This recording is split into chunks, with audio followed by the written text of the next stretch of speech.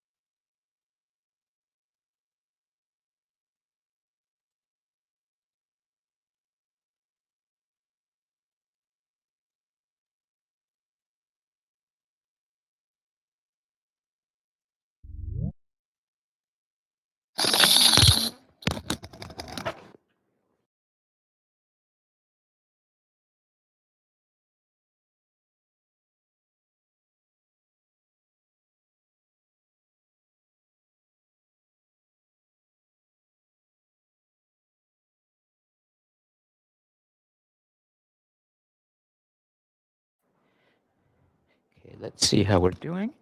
Okay, we should have an audio connection. As long as I can be heard, we can move the class along, and I'll let, yeah, you stay on the podium. And could somebody online just jump on their microphone and say hello? They can hear me, but we need you to use your microphone. Go ahead. Hello. We can Yes? hear you. Okay. Hello. If you don't want to use your microphone, it's possible you can't hear me. So put it in the live chat, and let's see if you can hear me. I just want to make sure that we have an audio connection online, and then we're ready to get going, okay? They can hear? Excellent. Okay, let me get my notes, and yeah, as you get things set up, I'll carry on. So, good. Okay, let me just check this. And we have microphones, we have a book, and let me just see how we're doing for the plan today. We need a little bit of technology to help with human power, which is now I can see. And that's really good. Okay, so we have everything nicely set up. Yes. Okay, we're good. All right, so as Maureen gets our big video wall or video dashboard set up, that's how I look at it. Let's just make sure, would it be possible for more people to come in on the couches, or at least come to the seats in that row there, so that the people online can see you, because we create this sense of a class for everybody. And the closer you are, the more we can interact, the easier it is to pass microphones around. And most importantly, as you can see online, for all the online students, they can see students here. Okay, so the ideal is that's great if you can sit here. And I'm going to push the couches in a little bit today, but we'll get to that. I'm not going to worry too much. And yes, could you just come and sit right behind the gentleman here? And then over there. Yes, exactly. And could you sit right in between the two there? Yeah, good. Okay. All right. Thank you very much for moving around a little bit and making sure that we're set up properly to have a real global class, which is what we're creating in this space. A place for humanity to come together to learn about humanity. And we're hoping to really expand this idea and this way of teaching in a multimedia, online, in-person way for all of humanity. And that's why Maureen and I are planning to go to Japan next year for the World Expo. I think I mentioned it to you, right? Anyways, welcome everybody to Short History of the World, our third class this semester. And today what we're going to do is we're going to look at the rise of humanity on planet Earth. We're going to go back and review a little bit to get you back into the right mindset for understanding the time scale on which this story takes place. And just to remind you, before we get going, that the last thing I said to you last class was, when you leave the room, think of the birds and where the birds actually have come from in the long, long story of evolution. I'm going to be picking up the story around there today with the end of the reign of the dinosaurs and showing you how humans emerged. And at the end of today's class, in Ascent of Humanity, you're going to meet two remarkable human beings. The first one's really in this story today, which will end at the beginning of civilization. So we're going to be getting to the beginning of civilization today. But the two people that are really critical in this entire story that I'm telling you this semester are Charles Darwin. He's an important scientist you may have heard of, who gave us the theory of evolution, which has been confirmed again and again and again by genetic science and modern science. But I'm also going to introduce you to somebody else today who was a contemporary of Charles Darwin, who you may not know of, who also can help us to drive home the idea that it was humans about 200 years ago who figured out that there is a long story of evolution on this planet that has not been told by our religions. And that person's name is Alfred Russel Wallace. Have any of you ever heard of Alfred Russel Wallace? Good. You have? It sounds familiar. I'm going to show you a lovely video at the end today.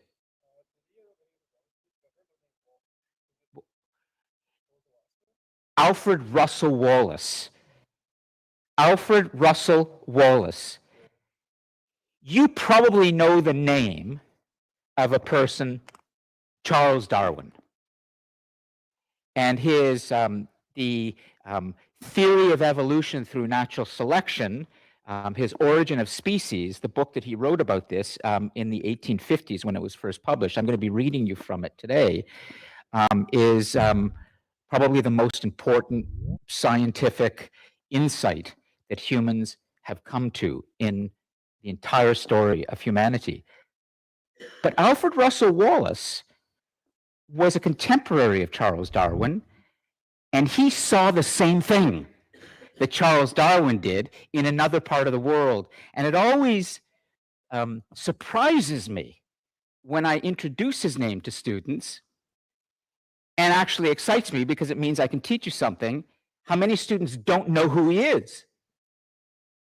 And the reason I want to tell you about him more than Charles Darwin today is so that you understand that when we're in the realm of science, which is what we are largely in this course, as much as we respect religion, and we'll talk a lot about the religious prophets, in the realm of science, there's a thing called proof and evidence.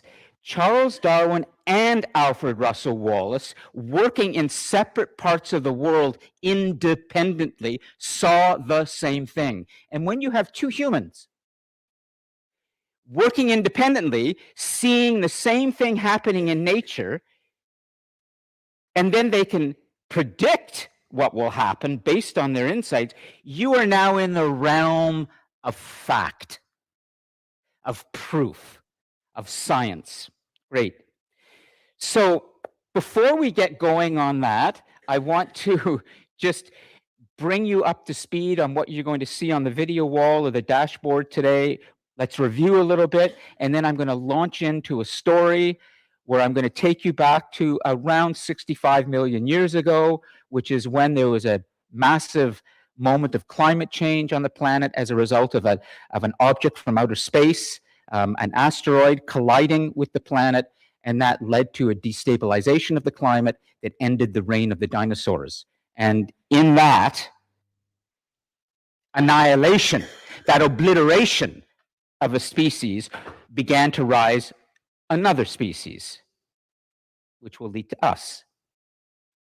And one of the things that happens remarkably on this planet, as you will see, is death and life, extinction and renewal are normal. Lots of things have died on this planet, and then there has been a period of renewal. So in order for us to just remember about the planet-wide view that we have in this course, Maureen is just putting up for you right now, and you're going to see, if you haven't, a remarkable moment last week. And did any of you happen to see the SpaceX spacewalk? Raise a hand. Good. Okay, so a lot of you didn't. That's why you need to come to this class, so you can learn about these things, okay? You're about to see, well, could you freeze on that?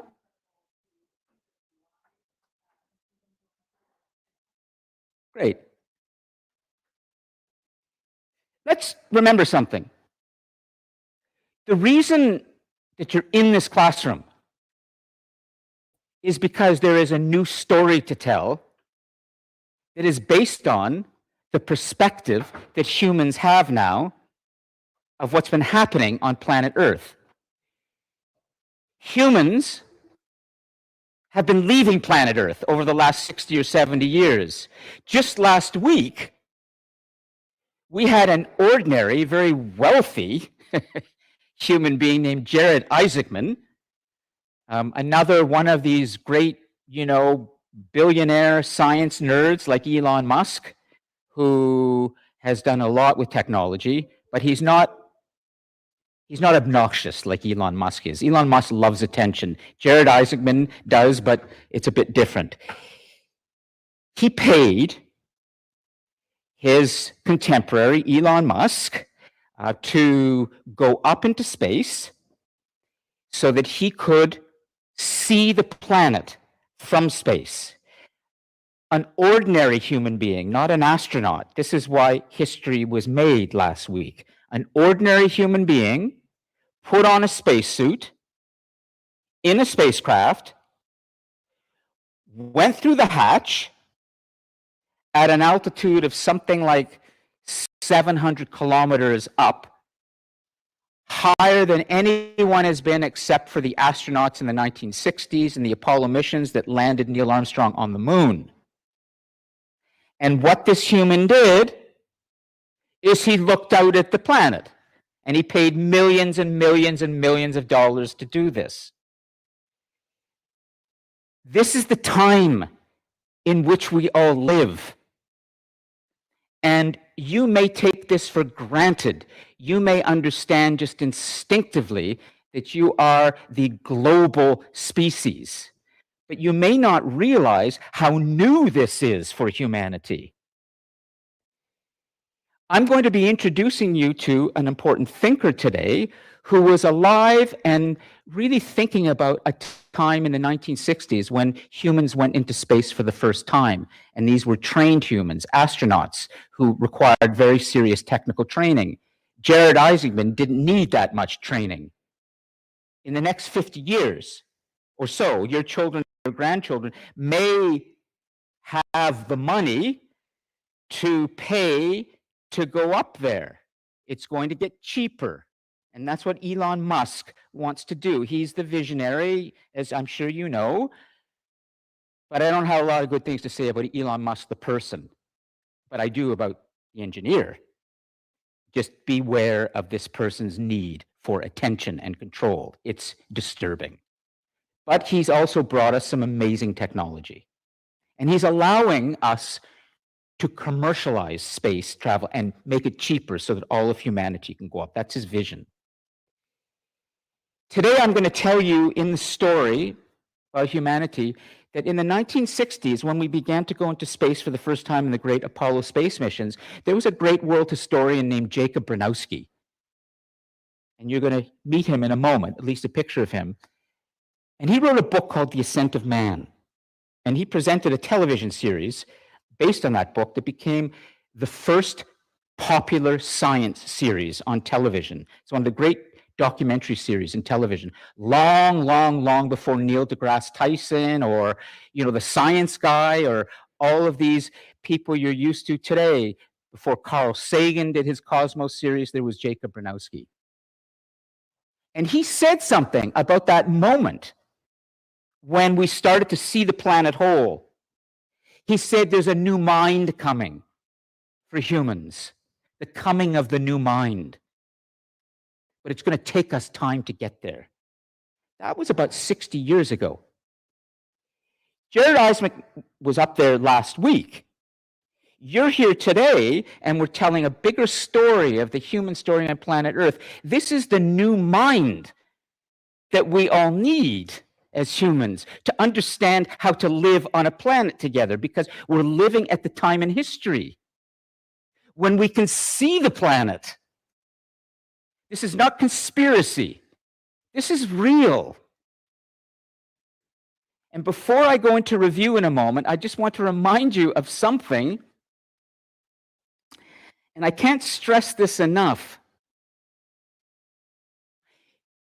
We live in a time where people are inundated with information. You have so much information at your fingertips, more than any human has ever had in history. You can learn about everything, everywhere, all the time. And there's never been more suspicion of information, more paranoia, more mistrust. I want to remind you, there is a thing called fact. There is real information, and it actually happened that way. And I just need to remind you that there are good scientists, there are good researchers, because we happen to live in a time where everybody thinks a lot of information is not true. It's just made up. Things have happened. They really have happened. And Jared Isaacman last week, he did go out of a hatch and look at the planet. I guarantee you that, okay? If any of you are still suspicious and think it's a hoax or something, come talk to me offline, and I will maybe have a conversation with you and try to help you to get over your mistrust of everything. It's called nihilism. And have any of you ever heard of the word nihilism? Nihilism, yeah, means mistrust, destruction of everything. Nothing is, there's no meaning to anything. That's dangerous when you believe that. Anyways, okay. So, we're going to leave that up there for the moment. I'm going to start a story in a moment, but let me check in with all of you and see, because I'd like to do a little bit of review and a tiny bit of housekeeping before we get going. Are you all okay? Great. Do any of you have any questions that you'd like to bring to the classes? Yes, and just, can you repeat your name, just so we can all remember? And yeah, go ahead. My name's Sham. How do you spell it? S-H-Y-A-M. Shan or Shane? Sham. Okay, Sham. Great. Okay, let me come over. Asking about the spacewalk. So is that the guy? Yes, that's him. That's Jared Isaacman. Now, if you become a billionaire in your lifetime or something, you may want to do that. So one of the lessons of history that we will see when we look at civilization is it does tend to be the rich who have access to something first, but there's a little bit of a difference in the world today.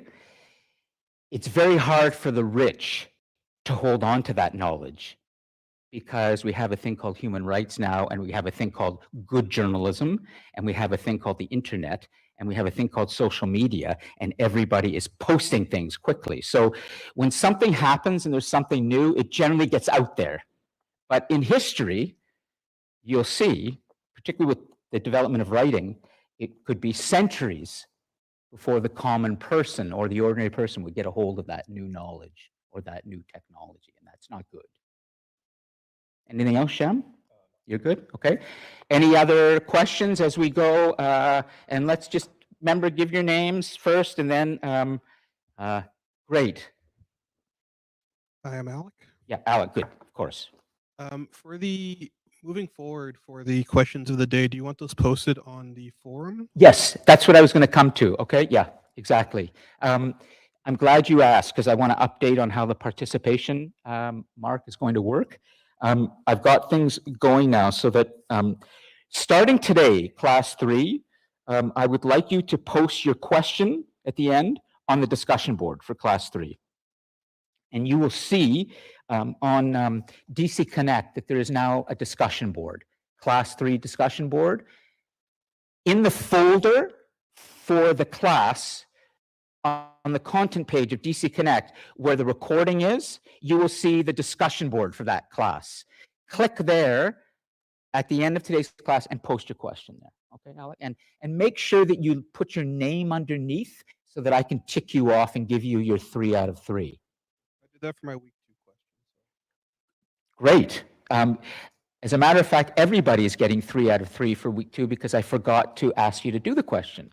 So, Alec, if I could give you more than that, I would, but I have a sense just from the fact that you come here, you ask questions, you're doing stuff, unless, you flame out and you just decide you don't want to come anymore to this class, you're probably going to do very well.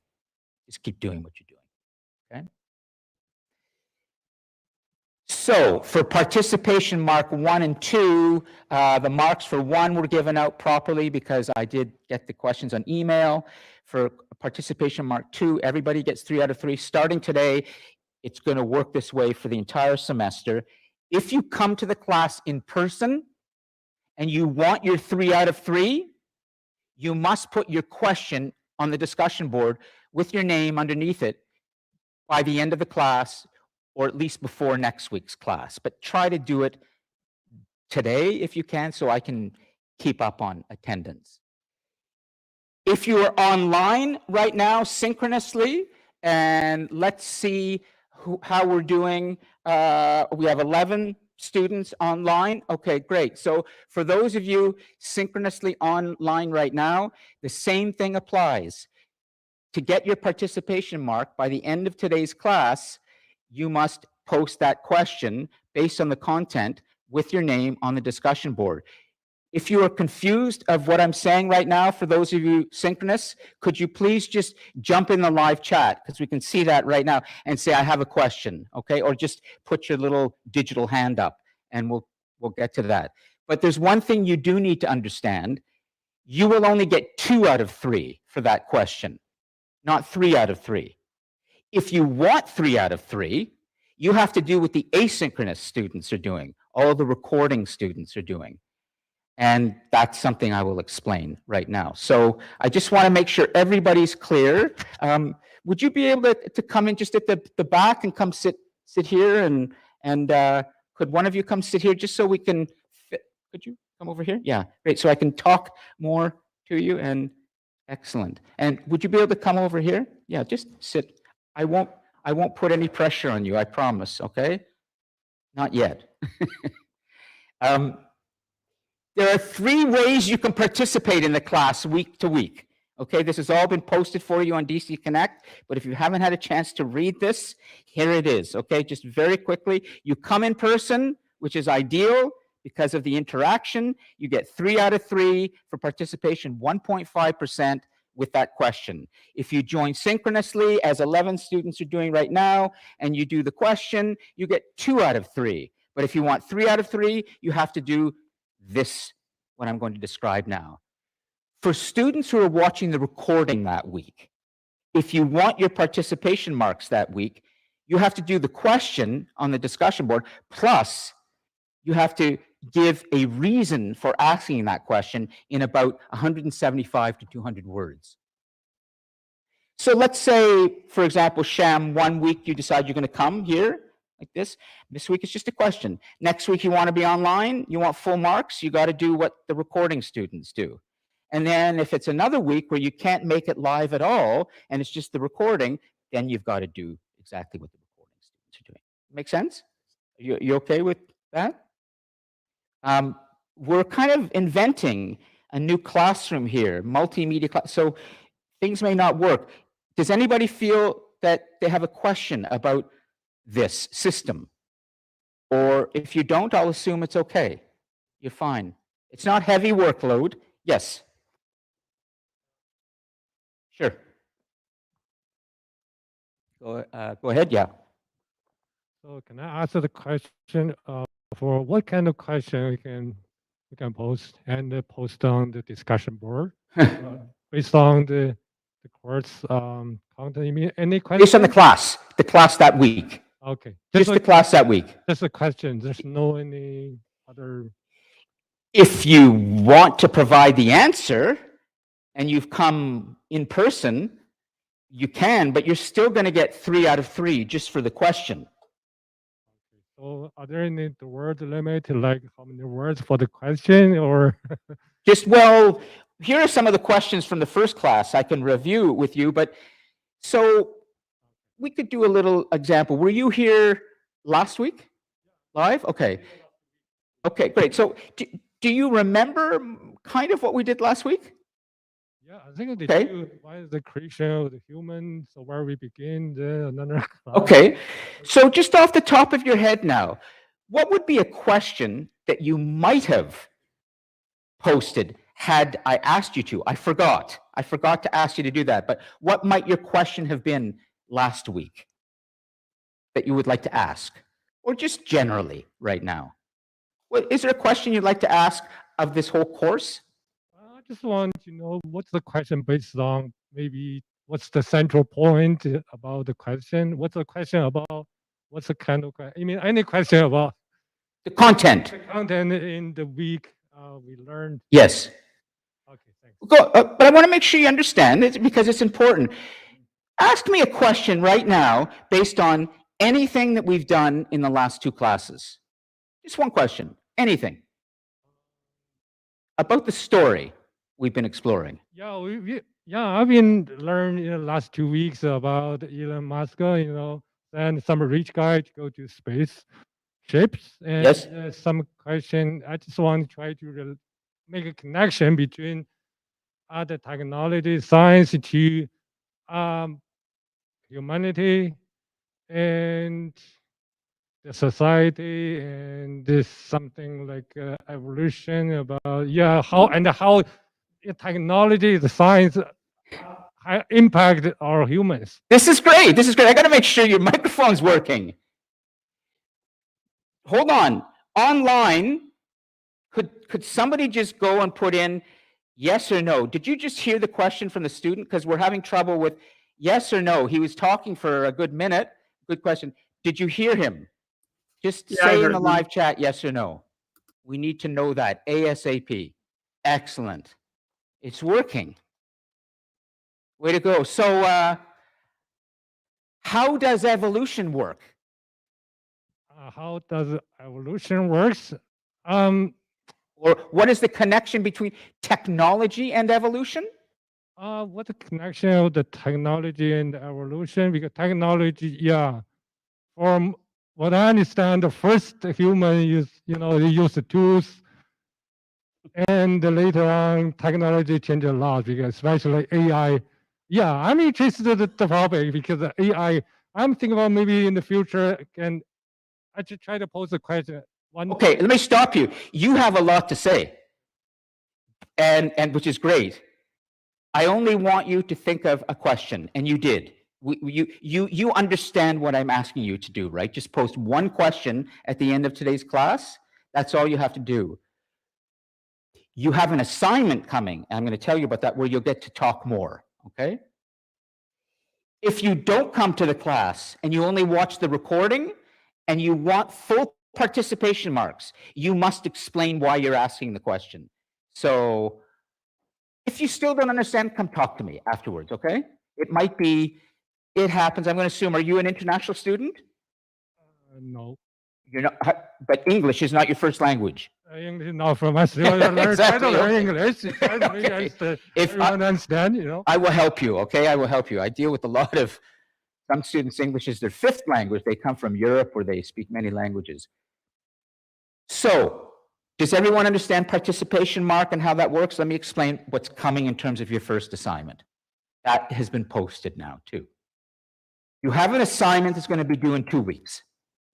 Thursday, October the 3rd, in the inbox on DC Connect.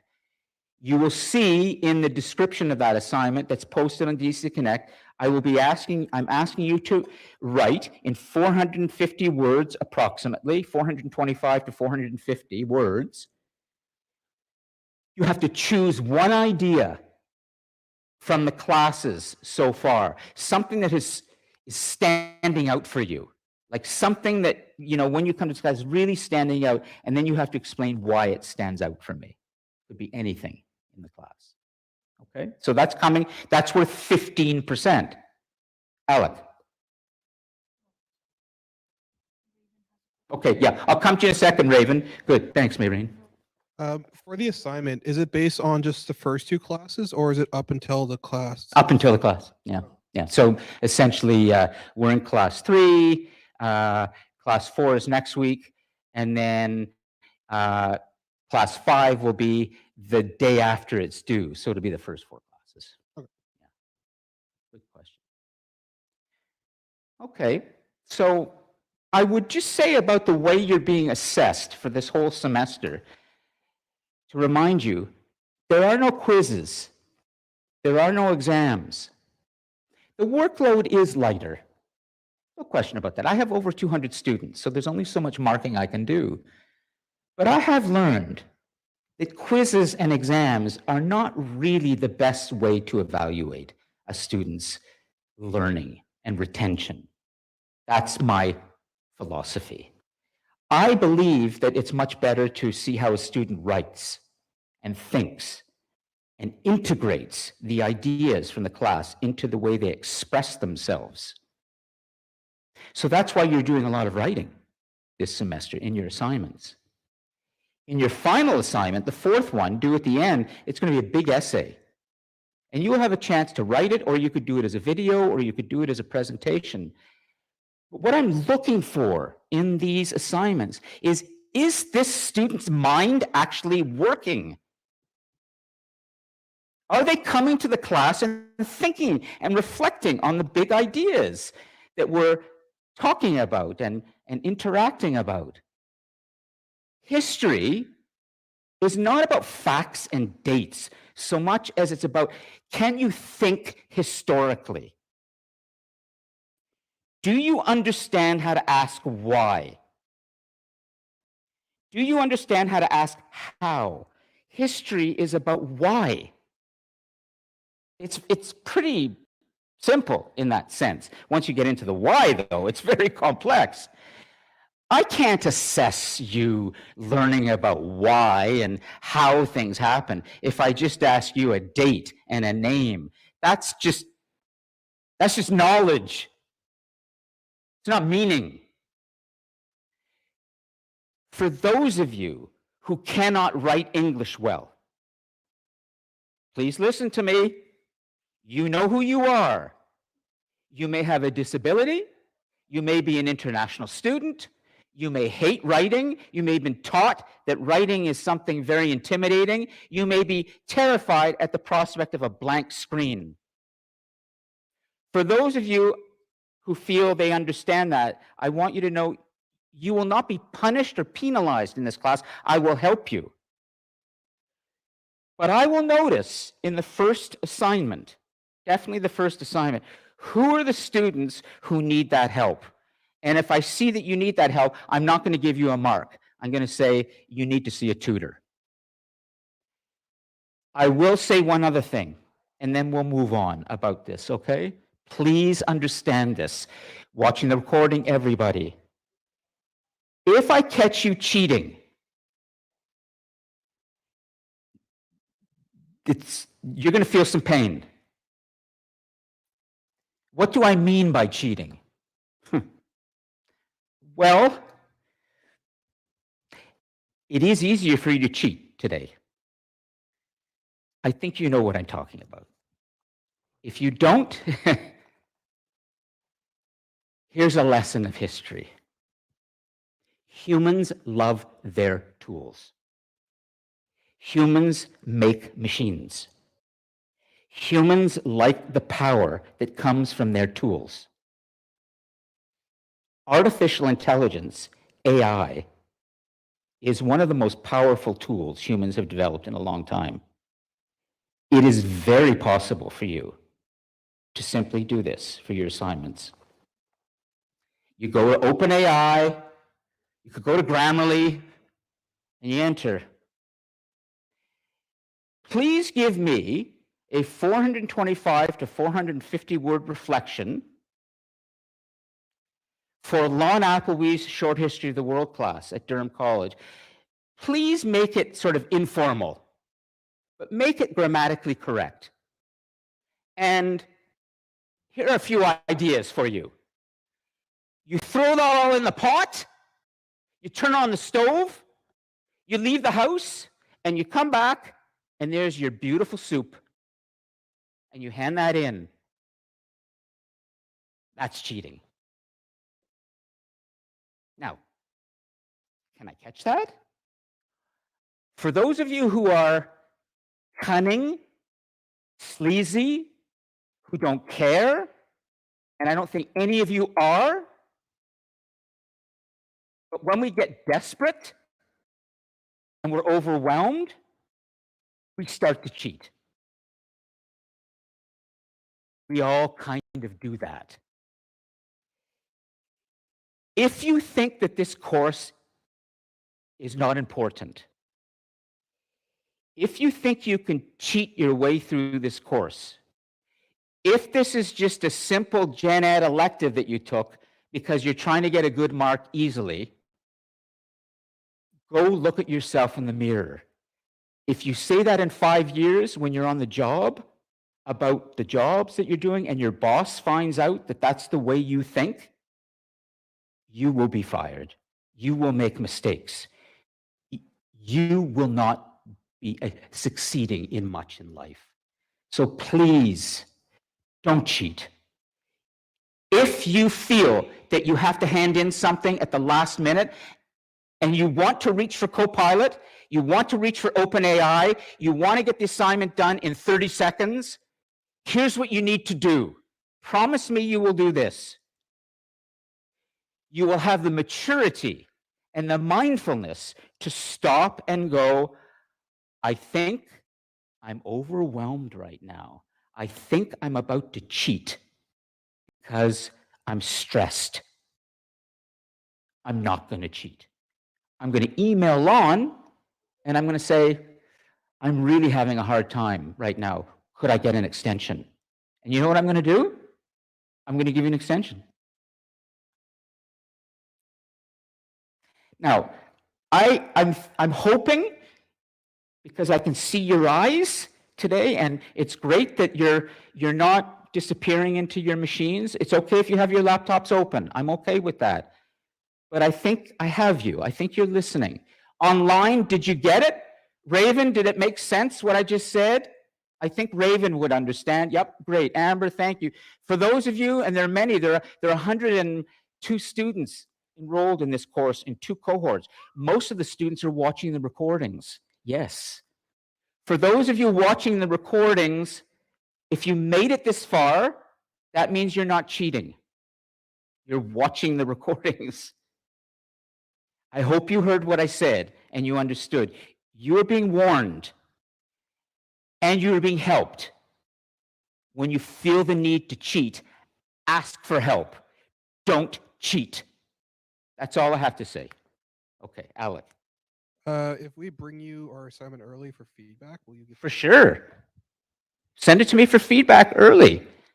Absolutely. I'm always in your corner for that. And actually, after the first assignments are done, Alec, what I will do is I won't be able to give everybody individual feedback. There's just too many students, but I'll make a list of some of the common mistakes that are being made, and I'll bring that to the class. And then there might be 2 or 3 interesting reflections or assignments, and I'll ask if I can read them out loud to the student who wrote it. If the student, generally what I'll do now is I'll bring the assignment to the class and I'll remove the student's name because I don't want them to feel singled out, but it's always positive. You know, but I will bring assignments to class and say, let's read this out loud together. Look what this student did. And then I'll ask the student, are you here in class? Do you want to take credit for this? It's great work. And if the student wants to, he'll or she will raise his hand. If not, they'll just remain silent. But I will definitely give feedback that way, okay? No questions? Should we start? Yes, go take, Alec, do you want to give him the mic? Question for the Yep. question for the format. Do you want it in paragraphs or all in one? Paragraphs. Yeah. It's a good, it's a good question because sometimes in assignments, what does happen when I start to get the longer assignments, 400 words, 1,000 words, 1,500, is some students do write 1,000 words as an entire paragraph. And usually what I will do in the marking of that, if it's well written, and the ideas are good, the student will probably get a solid mark, but I will take marks off for organization. And then I will ask the student, why didn't you write in paragraphs? Because it's so difficult to read when it's all one paragraph. And from my perspective, it makes me think that maybe you didn't organize your thoughts very well, because paragraphs help you to organize your thoughts. One big thought per paragraph with supporting examples. That's usually the way it works. You know, there's a controlling thought, a controlling idea in one paragraph, and then the rest of the paragraph is sort of supporting what you're saying. And then you move on to the next one in the next paragraph. So try and split into paragraph. But if you feel that you have had trouble writing in the past, and you know that, let me know via email as soon as possible, and I'll get you working with a tutor for free who will help you, okay? If you feel you need that help. Second question as well. Sure, sure. So for the paragraphs, can we also do more than one idea, or do you only want one what idea? Well, why don't we have a chat offline, okay? Yeah, and I can help you. But what I love is that you're asking the right questions now. You want to get better. This is a great thing for a student. Okay, what's your name again? Ethan, thanks, Ethan. Okay, so I think we can probably start the story, and we've spent a lot of time on review, but that's all right. We're still getting up to speed. I'm going to jump into the story in a moment and begin to talk about what you're here to really explore. What I'd like to do is after this, in about, hopefully in a half an hour or so, we can get into teams and we can work on these ideas together. But we'll see what our time is like today. If anything is a problem in the room, you can't see anything or hear anything, let me know. But let me just get set up. Maureen's got things nicely set up. You can see that the general format I'm following is up here, okay? So, you know, we've done the review. I'm going to do a lecture, then there's teams, take up, and then I'm really going to try and get these notes working better. Right now, there have been no notes posted, I think, in the folders for you, in part because they haven't been done properly, but I'm trying to get the notes really working for you.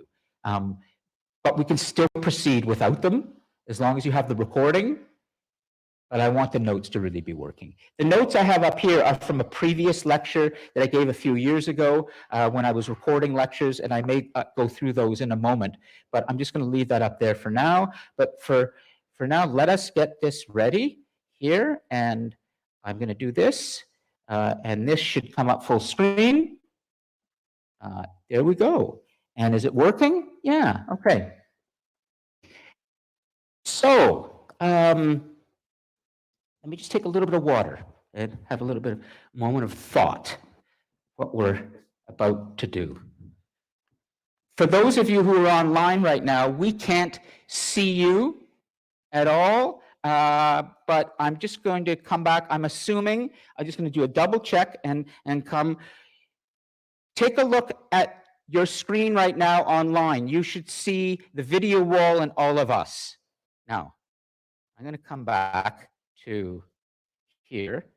Maurice, did you see the video wall and all of us? Can you see that full screen?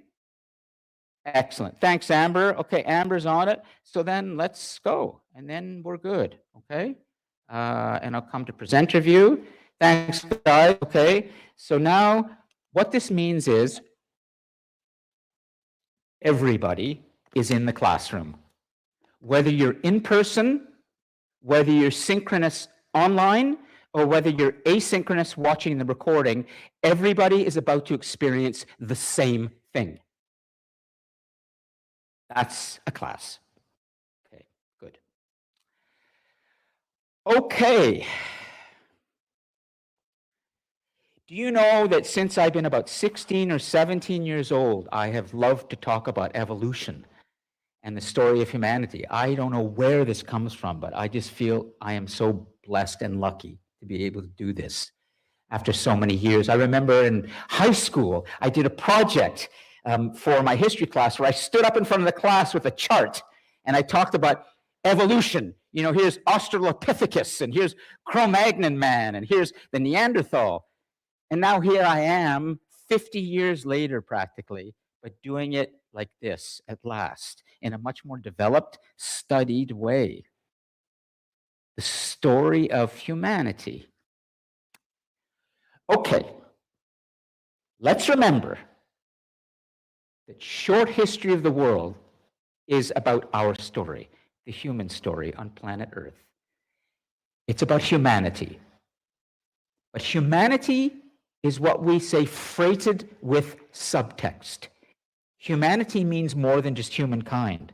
So when we begin to explore the story today and I take you back and we go through it, I want you to remember that when I speak of humanity, I'm speaking of also the human bond. That's what humanity means too. I'm speaking about compassion and kindness and that thing that makes us human.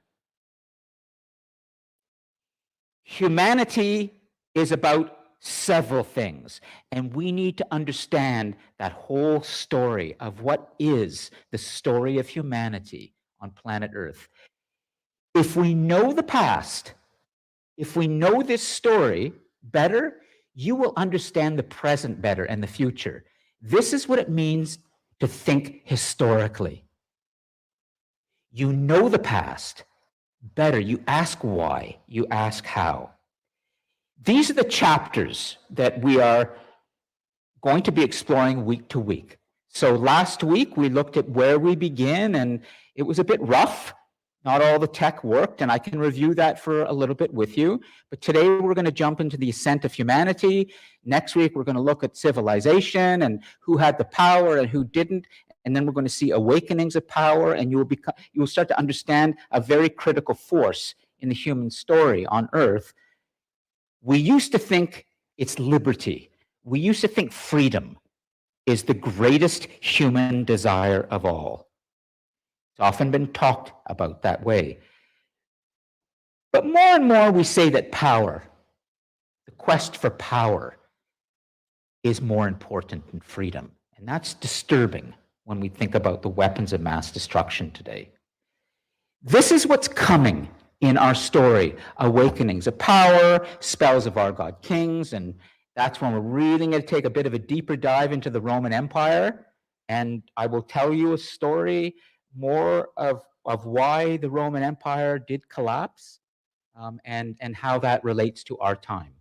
So for all of you who are Greco-Roman fans in here, we're going to have lots of time in also Awakenings of Power to be looking at the history of ancient Greece and Rome, of course. But human history is about more than Rome and Greece. Okay, so as interesting as they are, there's a much bigger story that, we have Sikhs here, for example, and Sikhism, and the Punjab, and the Golden Temple, and Amritsar, is it? Amritsar, the Golden Temple. We're talking about so many different cultures, Asian cultures here, Black, brown, Jewish, Muslim. So, there's a much bigger story than Greece and Rome, but we have to understand those. A greater world is coming. These are all the chapters that lie ahead. Essentially, we're going to be taking us to the most eventful, tumultuous, violent, and amazing century in the history of everything, and that's the 20th century. That's the century of the 2 world wars. But it's also the century of Albert Einstein, Nikola Tesla, Thomas Edison, and radio, television, movies, planes, cars. Everything starts to happen in the 20th century in terms of tech. And then we're going to end with this idea of evolution.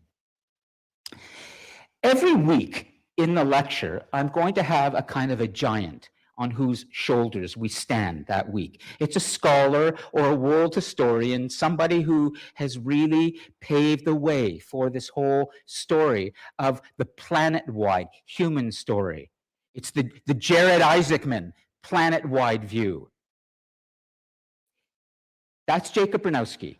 He's the person I told you about earlier, who hosted the television series called The Ascent of Man in the early 1970s, as well as wrote the book, The Ascent of Man. And he is the giant on whose shoulders we stand today. There are many, many thinkers, scholars, scientists, warriors, people who have thought about the human story in a much larger, planet-wide way. Our religious prophets. Think about it. Jesus, Moses, Muhammad, Buddha, any kind of religious prophet, they all have this wide view of the whole human story on planet Earth. We are starting to get that as individuals more and more today. Jacob Bronowski said that we need this new mind. And he actually said something very interesting about the ascent of humanity. He said that yes, power is a great force, and freedom is a great force. But actually, in his estimation, the greatest force in the human story is something that might surprise you. But when I say it, you will understand it. And after I say this, I'm going to go back and really begin to tell you about the whole story. He said that what humans derive a great deal of power from is the pleasure in their own skill, when they can do something well. Think about this. And we're going to start today with this image about 3 million years ago. You're looking at the oldest tool on Earth that we have been able to find. It's a rock. It's about 3 million years old, but it's unlike any rock or any stone you've ever seen. And we're going to start here today, and we're going to go up to the beginning of civilization. Now let's think about how that rock was shaped the way it was. This is your early human ancestor. And he is doing something with a piece of nature. This is 3 million years ago or so. He doesn't really know yet about freedom. He has an idea of power.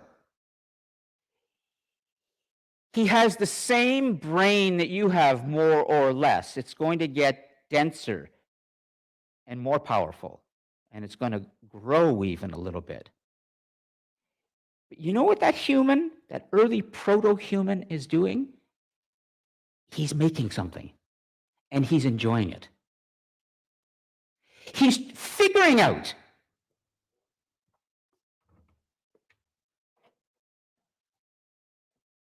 well, look what I found. Oh, what can I do with this?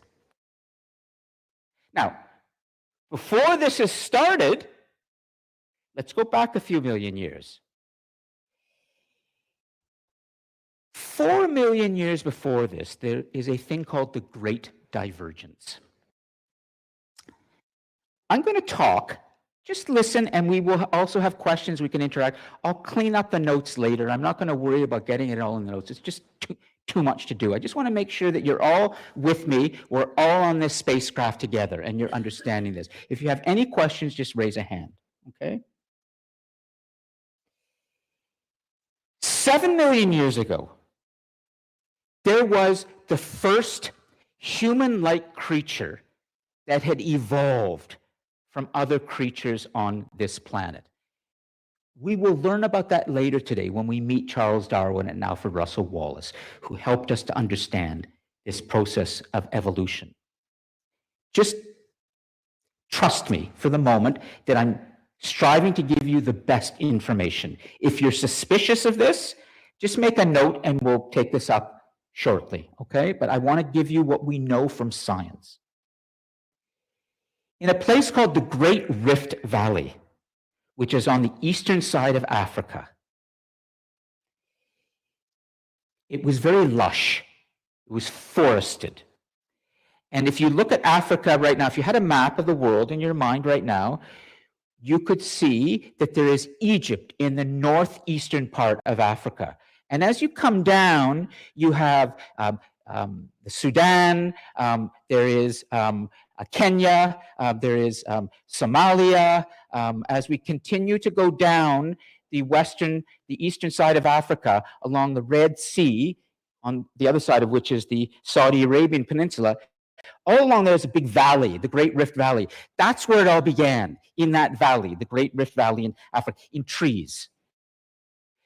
And there were these humans, very early humans, that were essentially primates, early primates. They were quadrupeds. They were on fours. But gradually, they became bipedal, which is they stood up. Why that happened, why they came down from the trees and rose, would take some explanation. But in order for us to stay on focus, I want you to understand that between that great divergence, when we early human-like creatures diverged from other primates and came down to the ground, there was a period of about 4 million years where we were starting to walk and we were using our hands. And with those hands, with an opposable thumb that evolved, we developed what's called a precision grip. It allowed us over time to pick up things and sort of look at them and shape them. The human mind, even early on, was very curious. We had imagination. we wondered, what can we do? And gradually, just pass this around. This is not, sorry, this is not 3 million years old. That's just comes from outside on campus.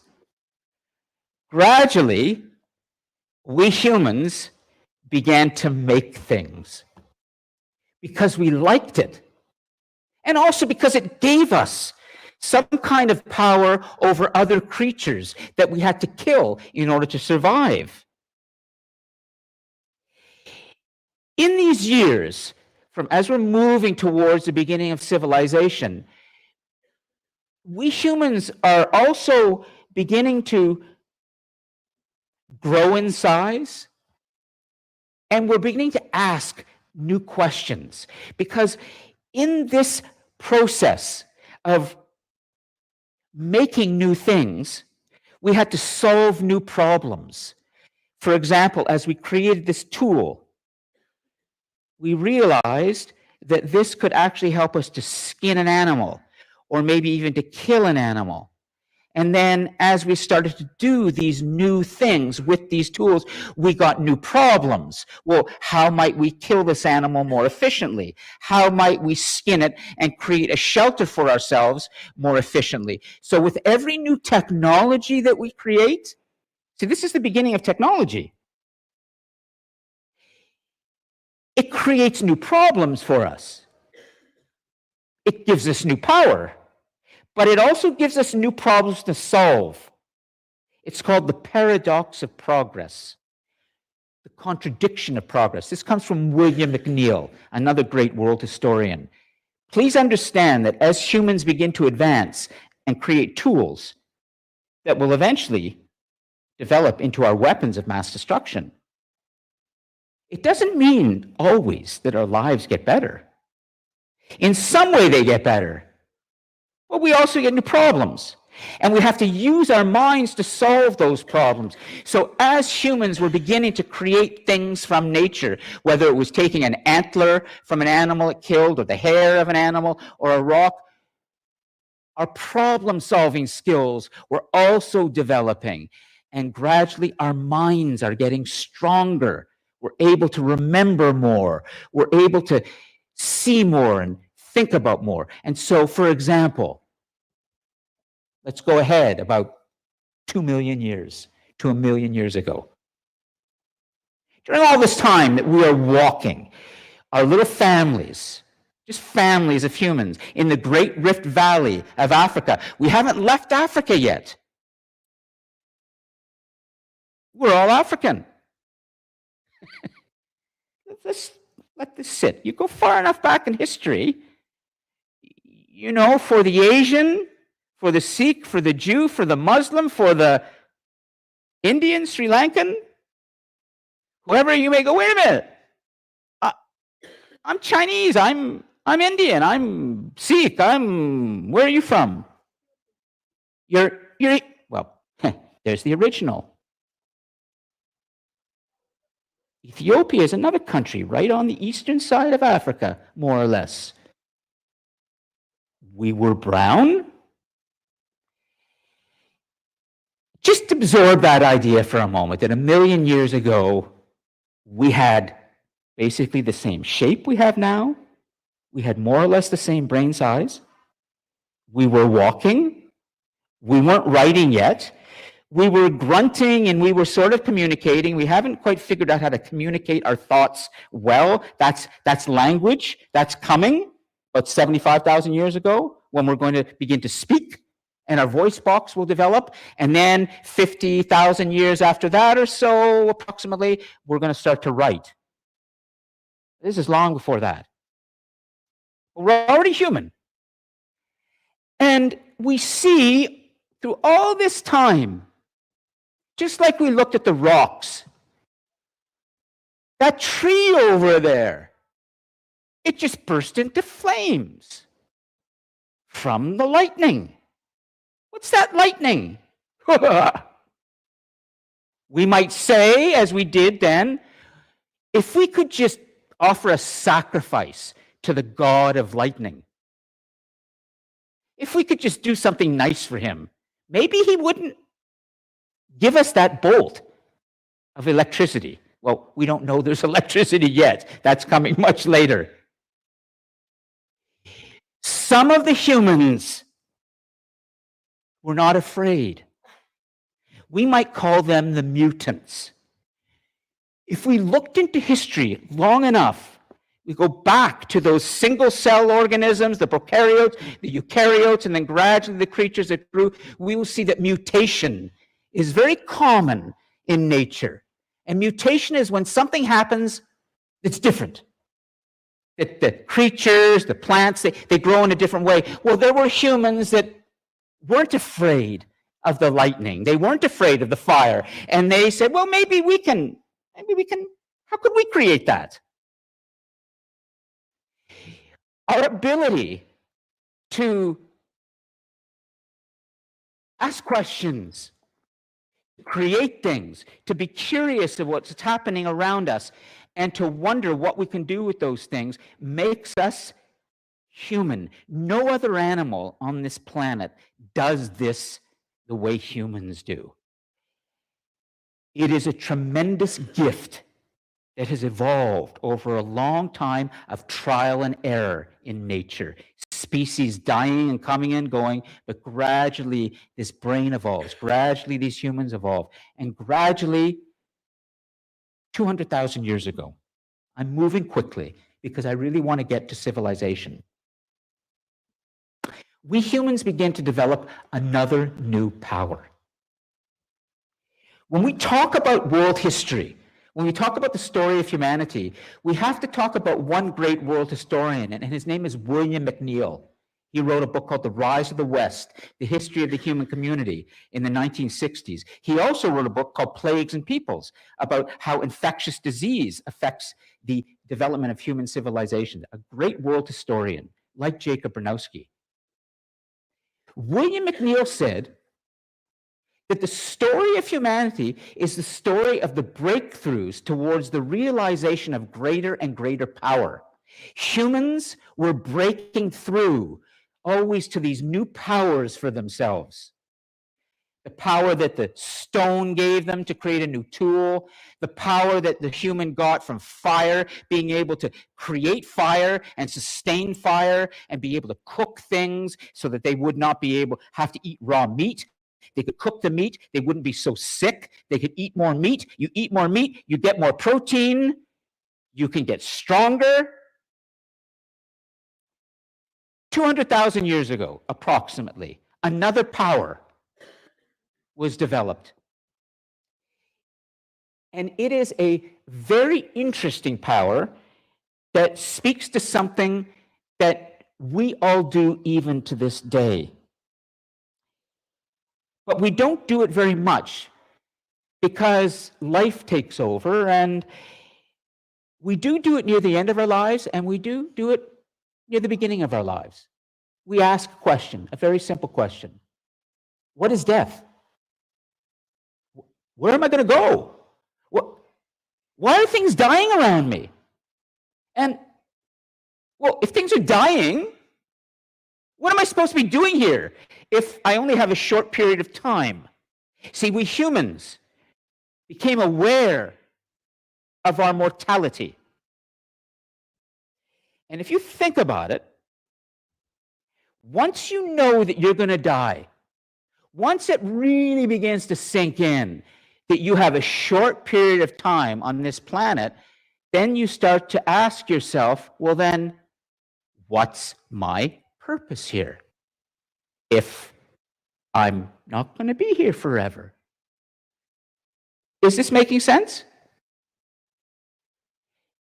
These are big, basic questions. Stephen Hawking, one of our great scientists of the 20th century, the physicist, who was a quadriplegic and brilliant physicist, but spoke through a machine. How many of you know Stephen Hawking? Hey, of course you know Stephen Hawking. He said that the only questions that are really worth asking are the big, basic questions. And that's what he wanted to answer.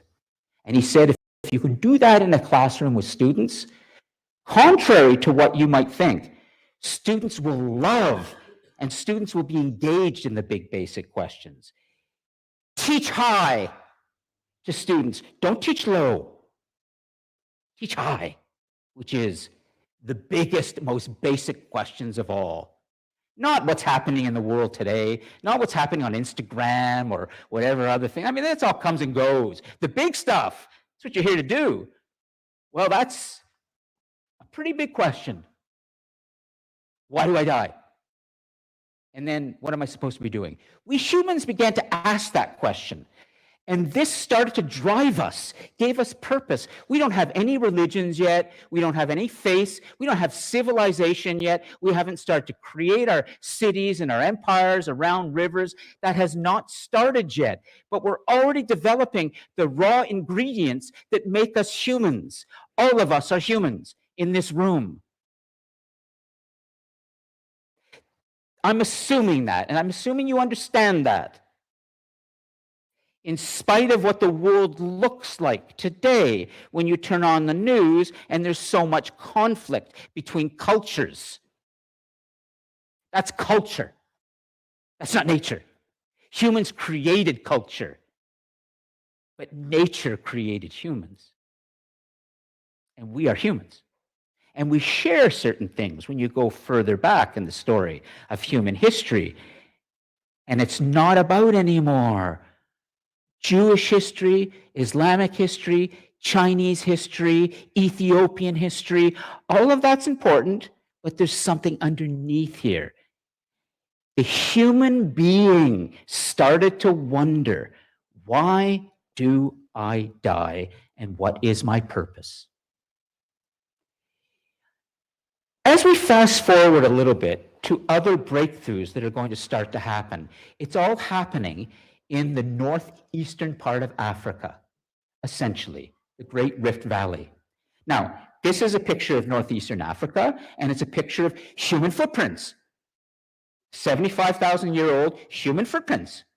You're looking at it right now. How do we know that they're 75,000 years old? Because the ash from that volcano in the distance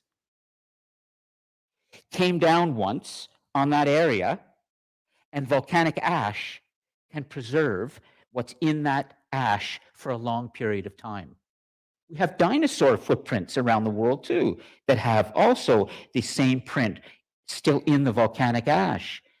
If you look at, for example, in the great Roman city that was Pompeii, that was covered in volcanic ash from the great volcanic explosion in Pompeii, the resort of the Roman civilization where all the rich Romans went, we are discovering more and more bodies still coming out of that ash. Volcanic ash can preserve things really well.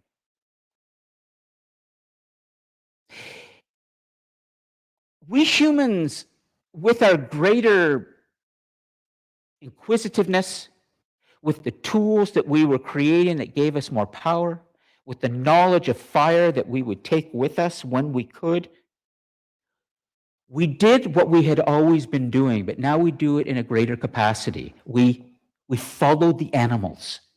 We went where the animals went because we needed the animals. We needed them for food. We needed them for shelter. And so we started to walk out of Africa. We left Africa. I'm sorry to say, but you know, it would be nice to stay, but now you come over here, but we can go back to Africa too.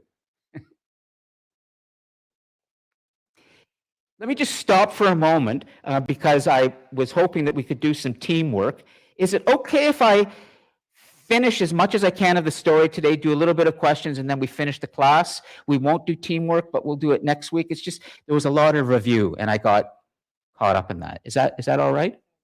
Okay. Do you have any questions at this point? I just want to make sure that everybody has a chance to interact with this story. That's the whole point of the class.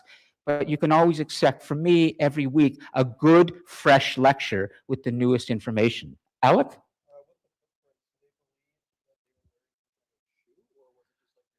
Barefoot, but we don't see any, it's a good question, we don't see any toes. So probably they were wearing something. Good question. I can't tell you what the answer is to that, but we probably were wearing something to protect the soles of our feet. In Egyptian culture, that's coming much later, in Sumerian culture, sandals and well-made sandals were a prized thing. It's possible out that we had created some sort of thing to put beneath our feet to help us to walk and not get hurt. Okay, so there we are. That's us, about 75, 70,000 years ago. But that's actually a picture of a tribe today that you could meet if you went to parts of Africa and other parts of the world. There are very few remaining indigenous cultures, the hunter-gatherers, the hunters and foragers who still live as they are in Brazil, in New Guinea, in Africa. We can see them to some extent even in northern Canada among indigenous peoples. What we see are peoples who have lived the same way, and modern civilization is not something they have been very interested in. Or, for one reason or another, it was something they didn't participate in. We can learn a lot from these people. Unfortunately, we all labor under the perspective that with all of our technology today and all of our science, the indigenous peoples don't have much to offer us. Nothing could be further from the truth. As a matter of fact, you're going to see in the development of human societies that as soon as civilization begins, a thing called hierarchy is going to begin. Slavery will begin. Serfdom will begin. The idea that that the two genders, men and women, have to be doing different things is going to begin.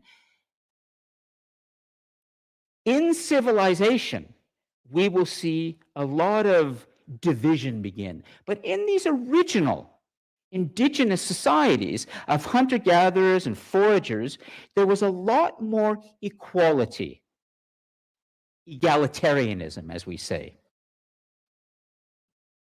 As we began to follow the animals that we were killing, we were fascinated with the animals around us. They were the only other living things around our small communities. There were only very small groups of us that were moving, and often we weren't even in contact with another group. Another group could be living, 200 kilometers away, and we would never travel far enough in our lifetime to meet that group. Not always. Sometimes we would. So there was a lot of movement, but not a lot of interaction, and a fascination with the bigger animals. I'm going to ask you a question. And I want you to think about this because it's a hard one. And no one ever really comes up with the answer immediately, but you might. We started to draw on the walls of caves. And we know this, that in southern parts of Africa today, or I should say in France, mostly in Lascaux, France, and in Indonesia, other parts of the world, in caves, we see these amazing large animals that have been drawn there. And they were drawn by humans. Imagine coming into a cave today with a light, like just a candle light or a flashlight, because there's no electricity there. Or imagine that you were a human 35,000 years ago, and you're in a cave, and you've got a little flame going, and you're starting to take sort of a bit of dirt that you've been able to create a dye from, a different color, and you suck that into a kind of a straw, and then you blow this all over the cave wall, and you start to create images of things. And these images last a long, long time. Why would we do that? Why would we draw big animals? If you went into the cave in southern France today, you would see this creature, and from its foot to its horn, it's about, I would say 6 feet or so, but we would do it in meters. How many meters is 6 feet? 2 meters? 2 meters, yeah. So this is a big thing. We were drawing life-size representations of the animals around us, and we have seen these today because they've lasted this long. Why would we do that? I want to call you shaman, but it's shaman. But a shaman is a mystical, spiritual figure in, well, I'm sure you know it from video games, or probably shamans in video games, but in indigenous, shaman, right? Sham. Okay, sham. So sham, why are we about 40,000 years ago, and we're still 30,000 years away from civilization, but we're starting to make our move now on the world. Why would we do this? I would say it's because we had stories to tell, and we want to pass them down to whoever might see it. You're kind of warm, but no, not as far as we know today. And I'm using as my reference another great world historian, and his name is E.H. Gombrich. And he wrote a book called A Short History of Humanity, but even more is his book called A Story of Art. His book on the history of art is a textbook, a classic textbook for art students around the world. And he has helped us understand the history of drawing and language. So his view, Sham, based on his study, is that we had a very practical reason for doing this, not some sort of reason to pass on to future generations. Something very of the moment. Okay, let's hold on a second. Alec, I want to make sure everyone has a chance. And for those of you online, put it in the live chat and we could come to it. But do you want to, Ethan, hand it to, what's your name again? Joseph. Joseph, why are we doing this? I guess to tell other people the things you killed. So it's like a way of them to say, oh, I killed this big monster. It's like, Oh, so we want to boast. yes. Maybe, but not according to Professor Gombrich, who has studied this very closely. Hold on, let's make sure, okay, we'll make sure everybody gets a chance. And it is, of course, Josiah, right? Because I remember the prophets and Sham is shaman. That's how I'm going to remember things, okay? So go ahead.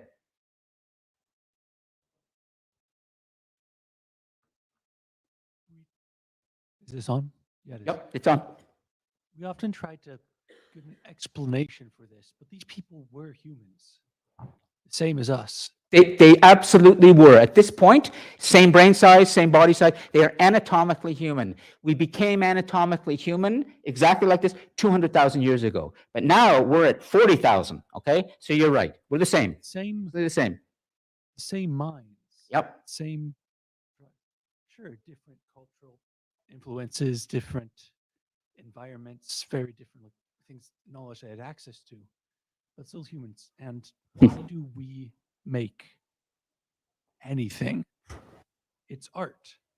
It's for the pursuit of, you see something and you feel like you want to represent it, either in some in an abstract way, where you don't just want to like remember it or tell other people about what you did Jim. or what you saw.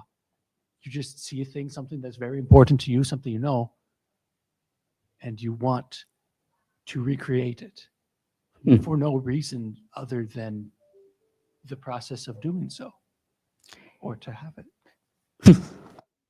It's very well explained.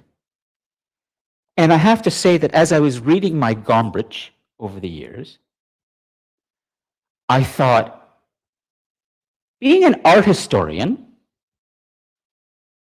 why wasn't he saying what Josiah is saying? But he didn't. He didn't say it's about art. He didn't say, he acknowledged it, and he said, yes, we're creative, and we had the ability, and we took pleasure in drawing, but the real reason why we put this up there was not about art.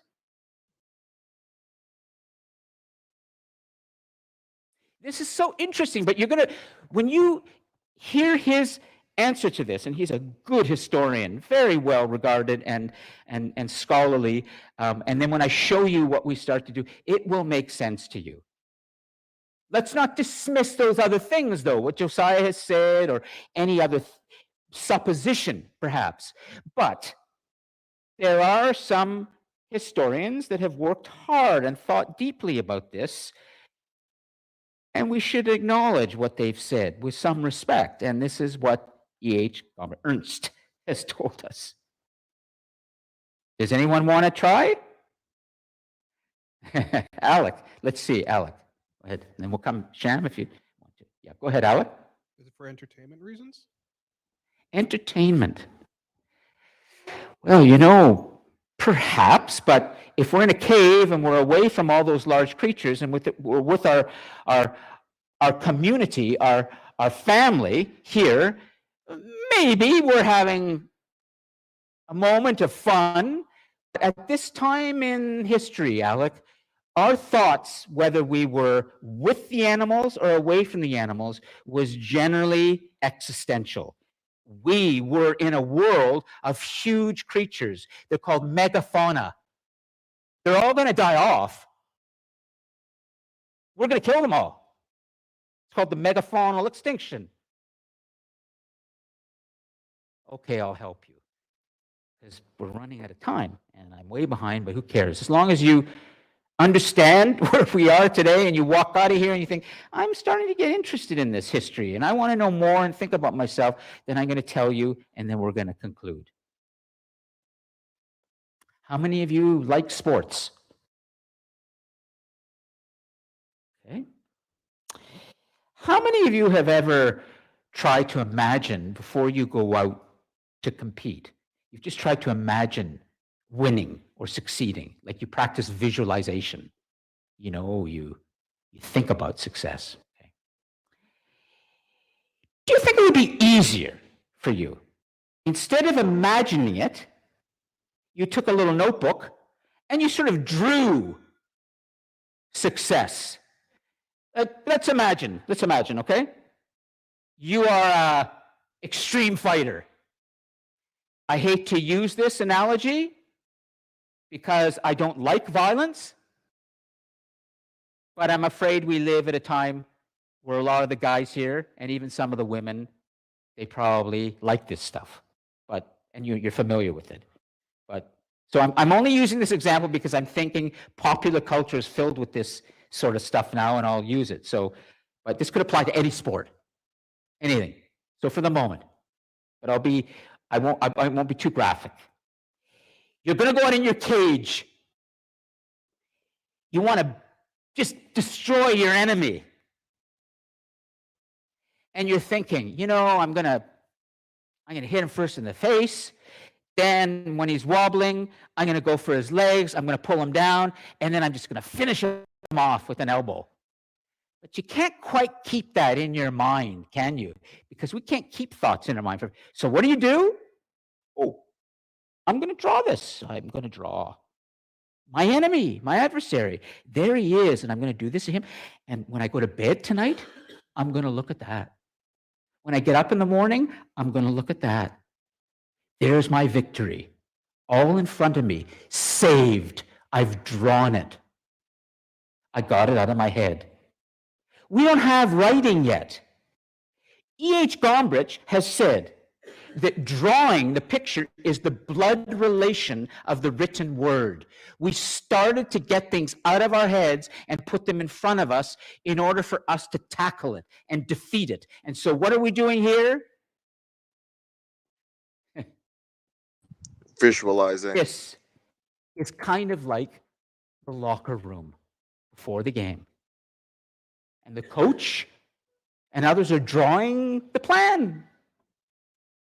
You put up the animal on the cave wall. Take your fire. Stand around it. What's your name? How do you spell it? Are you Ruth? So Ruth and Alec, we're together. We're a team, okay? And we've got Ethan and we've got Josiah and Joseph. We're a team, and we're standing in front of our big bull, our big woolly mammoth, our big bison. And we're going, Ruth, tomorrow you're going to take the horns. And Ethan, you go for the legs. Okay? And me, Lon, I'm going to let you guys do the hard work. I'm going to be calling the shots from back here on the hunt. I'm going to be calling the shots because it could get really, really dangerous.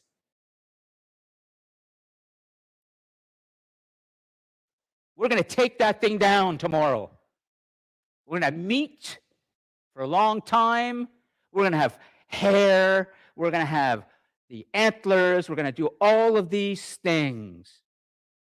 All because we worked together as a team. And all because we had our little planning session. It's called strategic planning. Is this making sense? It's not my idea. I'm just trying to explain it in a way that you understand it.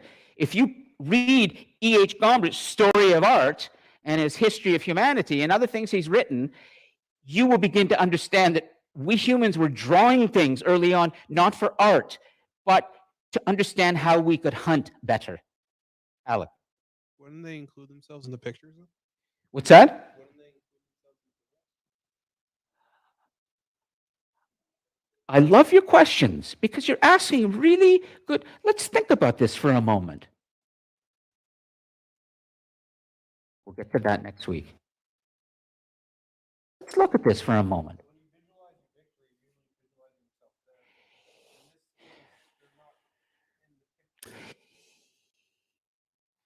Once you get the thing you're most afraid of in front of you, you feel you can dominate it.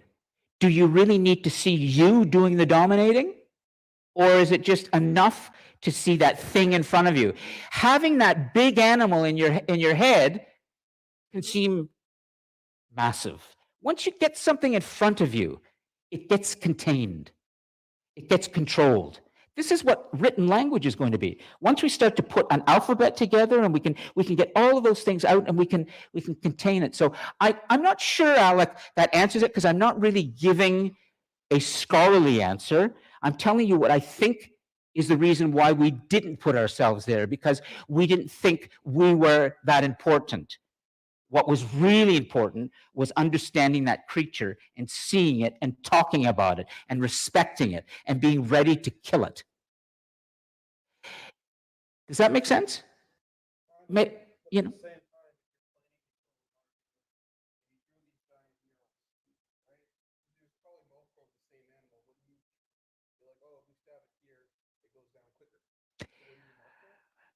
I love the question. You know, you should do some research and try to find out. And Google Gombrich, Story of Art, and do a little reading and to find out maybe he's spoken about this and I haven't read it. But he's the one. Story of Art, Ernst Gombrich, Gombrich, and the Lascaux Cave paintings. And he will help you to understand that. And maybe there's something there. I would love to know. We're getting to the end. So I think we should stop for a moment. And I just want to remind you of where we are. We have not begun civilization yet. I will get to that next week. There are things that I didn't even talk about today. I wanted to end with the great video of Alfred Russel Wallace. I will do that next week. The most important thing is to walk out knowing that you understand more of what happened from the time around 7 million years ago in the Great Divergence, when we began to diverge from our lower primate ancestors and we started to develop new powers, how that started to happen and what these powers were.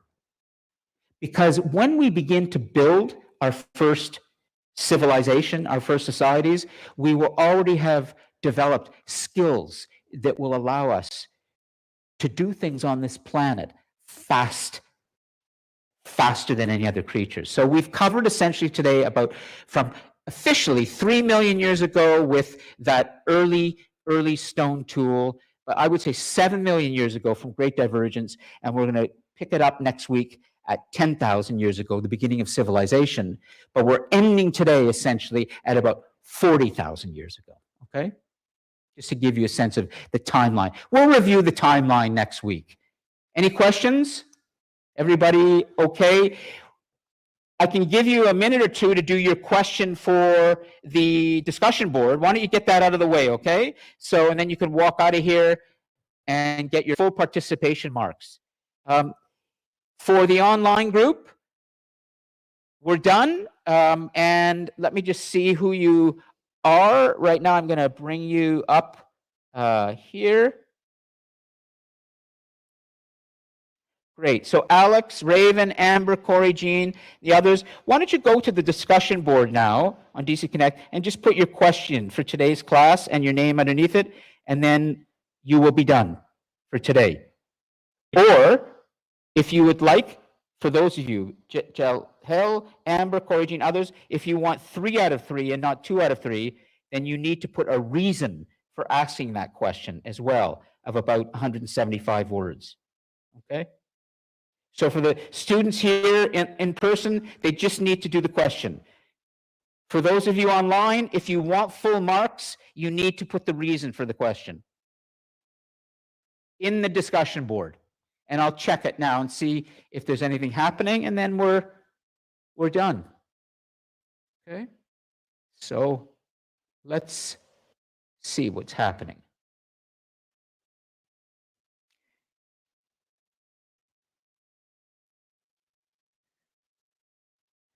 Okay, short history of the world. Discussion 3.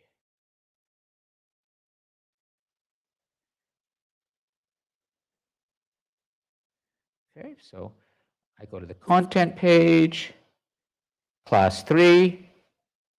There's class 3 discussion board. There's the thread. Oh, that's for that class, so there's nothing in that thread yet. Okay, let's see the other class. I have 2 cohorts here. Let's see, I'll check. I have it in 2 classes, so hold on. Short history of the world, here's my other one. I'll come here. And then, oh, it looks like we're getting some activity there. So I'll go content page. Here we have here. So there's a discussion board, class 3 discussion board. Kyle Holt? Are you, way to go, Kyle. Yeah, okay, so let me refresh.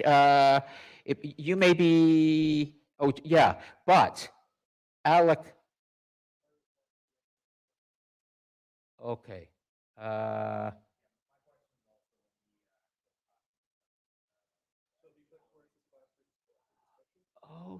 Oh, I see what's, okay, I'll check that then. It's good. That's where you are, because I remember. Great. Okay. Please do. And the questions you're asking are good scholarly questions. All right, so there's Alec. Justin Bourne. Are you here? Way to go, Justin. So there's Justin's question. While art was used to plan a successful hunt, how would early humans communicate during the actual hunt when language is pretty good? Okay, so well, excellent. 3 out of 3. You're done. Have a good weekend, knowing that you're perfect so far in short history of the world. Okay, so that's where you post your questions online, and other than that, Mayreen and I are going to wrap up. I'm here